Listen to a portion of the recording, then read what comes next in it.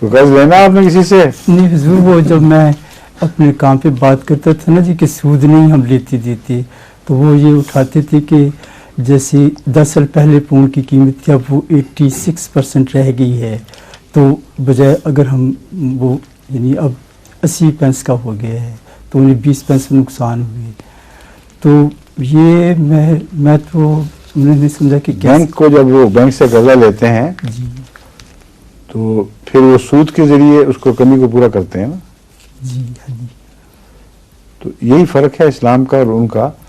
اسلام سودی نظام کو رد کر کے احسان کا نظام جاری کرتا ہے اور وہ سودی نظام جاری کرتے ہیں، اور سودی نظام جاری کر کے روپے کی حفاظت پھر بھی نہیں کر سکتے، کیونکہ بہت بڑا دھوکہ ہے.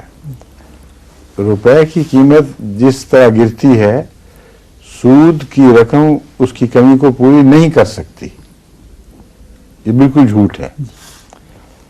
آج آپ اگر 80,000 پاؤنڈ کا ایک مکان لے سکتے ہیں، اگر آپ اس کو بینک میں رکھوا دیں اور اس بنا پر کہ آپ نے رکھوایا ہے آپ کا روپیہ کم ہو رہا ہوگا، آپ کو وہ کچھ رقم دینی شروع کر دیں انٹرسٹ کے طور پر.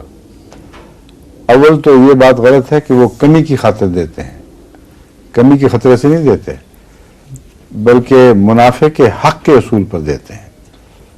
اپنی طرف سے وہ کمی کے خطرہ نہیں دور کر رہے بلکہ منافع کا حق قائم کر رہے ہیں. تو محض روپے پر منافع کا حق ہے جو بنیادی اصول ہے. وہ جس شرح سے دیتے ہیں، اگر وہ فرض کریں 8% ہے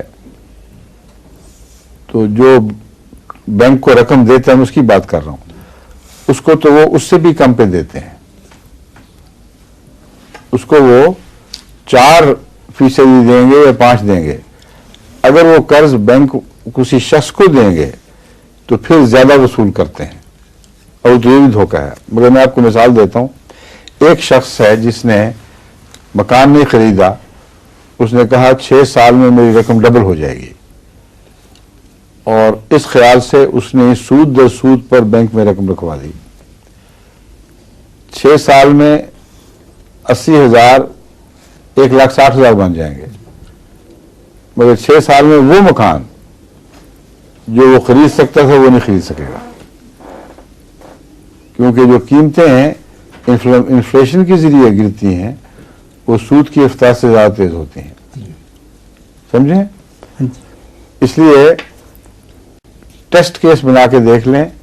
ایک آدمی نے بینک میں روپیہ رکھوایا ہو 10 سال تک، وہ جتنا بھی بڑھتا ہے، تو میں نے مثال دی ہے جو مبالغہ آمیز مثال ہے، کیونکہ بعض بینک پر اشتہار دیتے ہیں double your money in 6 years.